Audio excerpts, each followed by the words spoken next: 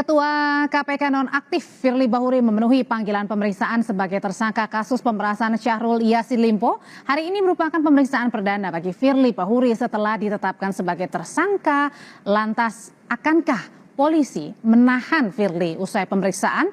Dan apakah Firly bisa dijerat dengan sanksi pidana seumur hidup? Sudah ada mantan pimpinan KPK, Saud Situmorang, dan pakar hukum pidana Abdul Fikar Hajar bersama kita sore hari ini. Pak Saud, selamat sore. Pak Fikar, selamat sore. Selamat sore, Mbak.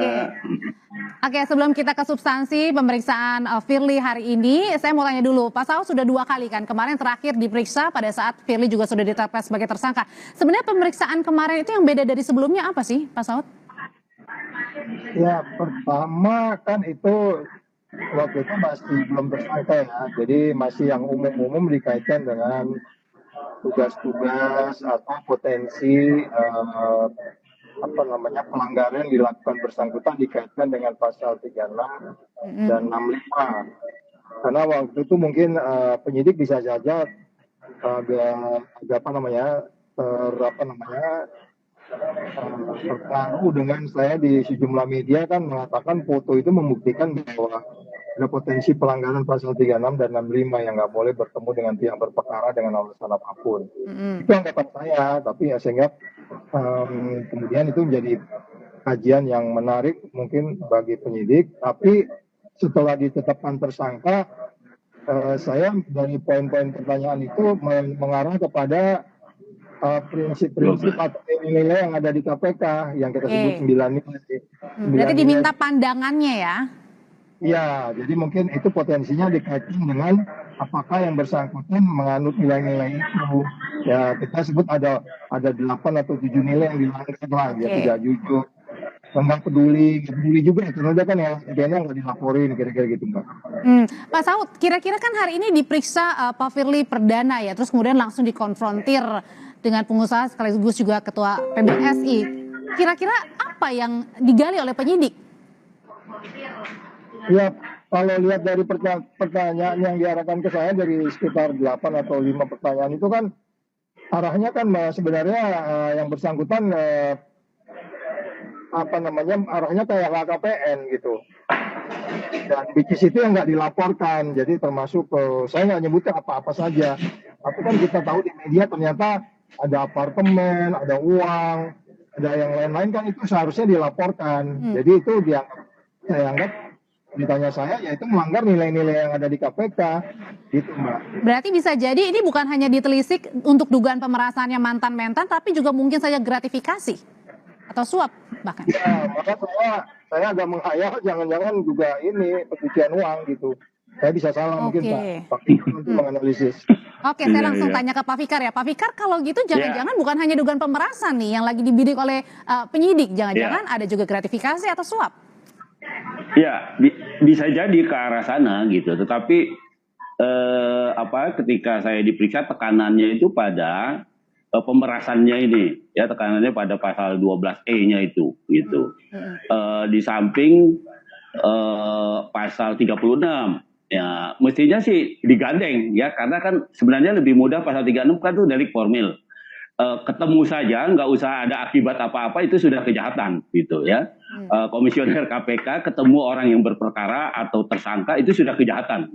Nah, dan itu 5 tahun. Sebenarnya itu kan delik formil, artinya tidak perlu ada akibat apa-apa. Tetapi yang 12E yang pemerasan itu tekanannya pada meskipun Pak FB-nya tidak mengaku gitu ya, tidak mengakui, tapi kepolisian sudah punya banyak bukti gitu ya, terutama soal penukaran valuta asing.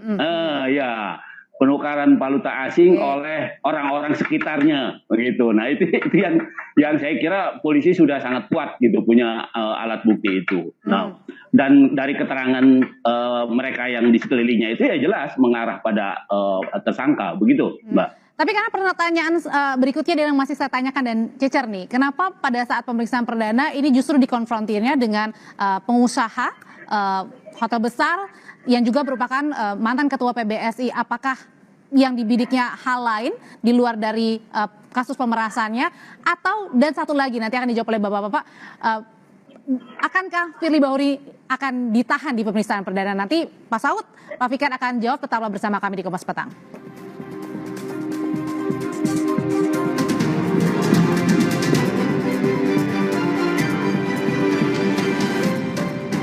Saya mau ke Pak Saud dulu. Pak Saud, jadi balik lagi nih pada saat kemarin diperiksa begitu ya, sebenarnya yang diperiksa itu lebih ke kapasitasnya seorang pimpinan tidak boleh bertemu dengan pihak yang berperkara, atau ada gratifikasinya, unsur gratifikasinya yang lagi ditelisik oleh penyidik? Kalau yang pemeriksaan pertama malah fokusnya di pasal 36 ya. Pemeriksaan pertama sebelum PSK. Setelah PSK ini arahnya ke KPN yang gitu-gitu, ditanyain dia prinsip-prinsip apa yang dilanggar kalau nggak melaporkan KPN dari nilai-nilai yang ada di KPK. Jadi makanya tadi saya bilang bisa jadi arahnya menjadi lain lagi, tidak hanya soal pasal yang disampaikan Pak Fikar tadi 36 pasal 12E kecil itu, jadi lebih yang lain lagi. Ya mungkin kita nggak tahu seperti apa penyidik nanti ya menyimpulkan untuk kaitannya dengan yang lain. Tapi bisa masuk ya dari LHKPN ya? Bisa. Ya kan, kalau nggak melaporkan LHKPN kan cenderungnya kan itu kalau money laundering itu ada kata placing kan, menempatkan, mengubah, apa namanya, itu udah unsur-unsur money launderingnya mulai terlihat gitu. Oke, Pak Fikar. Ya. Jadi Ya, itu dari LHKPN itu bisa diteliti ya, termasuk dengan dugaan gratifikasinya ya? Ya, menurut saya bisa, karena kan LHKPN juga bisa jadi alat pengontrol, apalagi aparatur negara atau mereka yang punya jabatan negara itu kan terukur gitu loh, dari gajinya, pendapatannya itu terukur gitu. Nah, kalaupun umpamanya ada pendapatan lain, entah dagang entah apa gitu ya, itu kan juga harus dilaporkan kan gitu ya. Nah, artinya kalau orang mempunyai harta lebih dari apa yang dilaporkan di LHKPN, menurut saya sih ya kalau ada jalan masuknya bisa dipidanakan gitu, bagian dari tindak pidana korupsi ya. Bahkan kan tidak melaporkannya saja juga sudah pidana sebenarnya. Nah, kalau hubungannya dengan hari ini dikonfrontir langsung dengan pengusaha Alex Tirta? Nah, kalau menurut saya itu lebih pada lokasi yang digunakan pertemuan dengan Pak SYL itu dengan Pak ini di situ kan begitu, ya kan? Di rumah. Berarti rumah yang dipinjamkan itu ya, Kartanegara? Iya, lebih pada itu kalau menurut saya. Ya, mungkin juga sekaligus menyelidiki soal ya itu tadi harta yang tidak dilaporkan, bisa jadi itu milik dia kan, bisa jadi gitu ya, tetapi faktanya memang itu rumah yang disewa kan begitu. Nah, tetapi di balik itu mungkin itu miliknya atau apa, makanya mungkin polisi mengejar ke pemilik rumahnya gitu ya, ke orang yang ditempatkan sebagai pemilik rumah. Nah, kalau ada umpamanya keterangan yang ini kan kita yakin lah polisi bisa menggali itu gitu ya, kalau memang ada pencucian uangnya atau ada harta yang tidak dilaporkan termasuk rumah di Kebayoran Jakarta Selatan itu, ya saya kira itu polisi bisa menambah dengan pasal yang lain selain pertemuan dan pemerasan itu tadi. Begitu, Mbak. Oke, Pak Saud, sebenarnya apa sih kira-kira yang membuat penyidik ini lama menangani kasus ini, termasuk terakhir penetapan tersangka, diperiksa lagi, sekarang juga belum ditahan? Ya tentu kan kalau dari sisi materialnya kan cukup kuat ya disampaikan Pak Fikar tadi. Tapi soal formil kan kita memang harus hati-hati. Kita paham di situ. Tapi kalau melihat sekarang perkembangannya kemana-mana, ada isu-isu yang disebut agen, kunci-mengunci dan seterusnya, sehingga kan muncul ketidakpastiannya tinggi gitu. Makanya ketika kemudian saya ditanya pasaran pasar, ya saya bilang penyidik walaupun mereka punya subjektivitas, tapi kalau saya ditanya, udah hari ini udah aja langsung ditahan aja gitu biar ketidakpastiannya menjadi kecil. Karena ini kemana-mana sekarang intinya. Jadi publik juga jadi kemarin malah di beberapa media saya lihat Mereka udah mulai nanya ujungnya. Jadi masalahnya ini lagu nih, ujungnya kemana. Jadi ini kan ketidakpastiannya jadi macam-macam ya. Jadi makanya kalau ditanya saya bagusnya hari ini karena kalau memang cukup dan subjektivitas penyidik cukup, kita nggak bisa pengaruhi juga mereka. Tapi kalau saya ditanya sebaiknya ya segera, kemudian segera cepat dilimpahkan, dalam hal ini ya ditahan gitu. Kalau Pak Fikar punya pandangan sendiri, Pak Fikar juga kan termasuk yang diperiksa sebagai ahli ya. Kira-kira kalau waktu itu apa sih yang membuat penyidik ini lama atau terkesan berhati-hati? Menurut saya mestinya sih tidak harus begitu gitu ya. Kalau saya tadi juga tanya. Artinya bisa lebih cepat gitu ya? Iya, kenapa sih lama? Banyak Pak, saksinya 100 lebih dia bilang gitu kan. Nah itu yang ya jawaban yang formal seperti itu gitu. Tetapi sesungguhnya sebenarnya bisa lebih cepat gitu. Kan bukti permulaan itu kan hukum kan juga menerapkan cukup 2 alat bukti. Nah, bahwa banyak tambahan yang lain ya silakan gitu. Ya tetapi dengan 2 alat bukti itu sebenarnya ya bisa langsung melakukan upaya paksa yang lain gitu ya selain ini. Saya juga sependapat ya bahwa seharusnya ya ini ada upaya paksa yang dilaksanakan ya. Saya sependapat dengan Pak Saud ya. Karena apa? Potensi sebenarnya meskipun sudah dinonaktifkan menurut saya potensi menghilangkan alat bukti itu sangat tinggi gitu loh. Itu potensi itu. Kalau lari sih mungkin nggak bisa lari lah karena sudah dicekal kan gitu ya. Nah, tapi kalau potensi menghilangkan alat bukti itu yang harusnya menjadi alasan subjektif yang kuat gitu untuk menahan. Begitu, Mbak. Oke, apakah juga dugaannya belum ditahan sampai dengan sekarang ini karena mungkin saja jangan-jangan ada unsur kuatan politis atau mungkin jangan-jangan karena ini kan bergesekan antara KPK dan juga Polri, tapi dengan penahanan tersangka dengan penetapan tersangka seharusnya tidak masalah ya? Pak Fikar. Saya kira nggak ada masalah.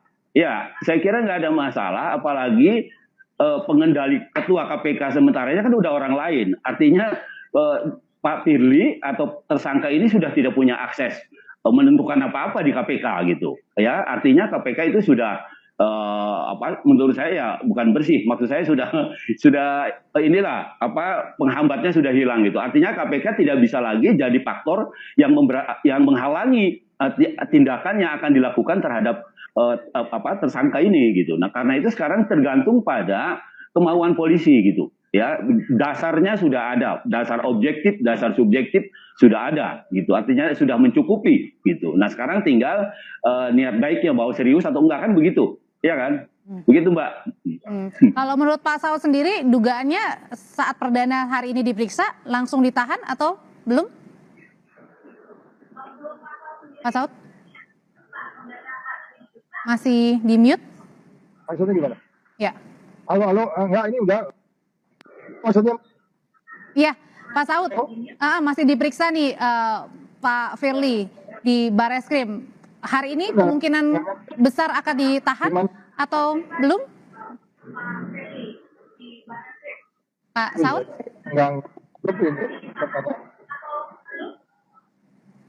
Oke, Pak Saud? Oke, saya sambil diperbaiki jaringan komunikasi, saya akan ke Pak Fikar nih. Pak Fikar, apakah sebenarnya tadi kan dibilang sudah ada 2 barang bukti ya, terus kemudian sejauh ini apakah ada bukti-bukti lain juga yang menguatkan bukti dugaan pemerasan atau gratifikasi atau suap pada Firly? Ya.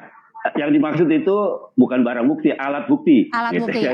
Ya, kalau barang bukti kan barang ya. Tapi kalau alat bukti itu keterangan saksi itu sudah cukup banyak gitu. Keterangan ahli juga sudah 8 kalau nggak salah. Meskipun yang bersangkutan masih belum mengaku. Iya. Dengan alat bukti itu sebenarnya bisa membuktikan sebaliknya gitu. Ya kan? Kan pengakuan tersangka atau keterangan tersangka itu hanya satu alat bukti kan. Tetapi kalau ada banyak saksi, ada banyak surat umpamanya yang bisa membuktikan itu, ya hasil penukaran uang itu kan surat bentuknya, ya kan? Nah itu menurut saya sudah cukup, gitu, sudah cukup alasan bagi kepolisian untuk melakukan upaya paksa, gitu ya, upaya paksa penahanan maksud saya, begitu, Mbak. Oke, saya kembali lagi ke Pak Saud. Pak Saud sudah aman mendengar suara saya?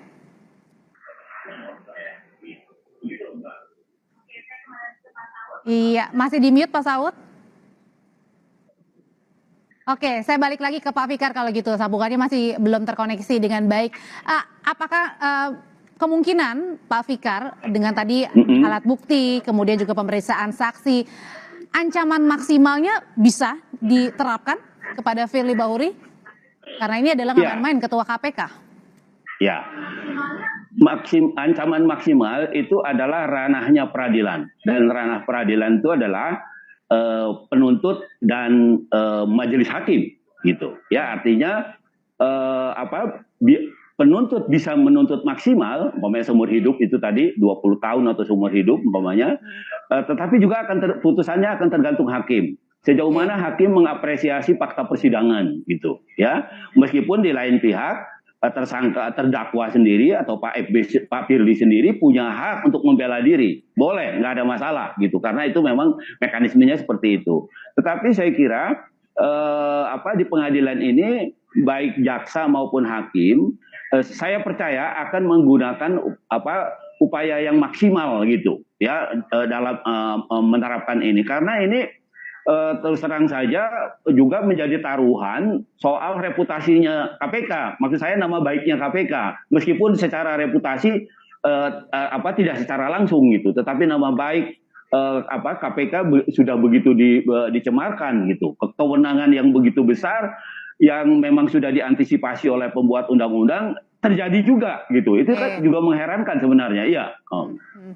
Oke, balik lagi ke Pak Saud. Semoga jaringan komunikasinya sudah baik, Pak Saud. Kita balik lagi ke masalah ini ya, belum ditahan.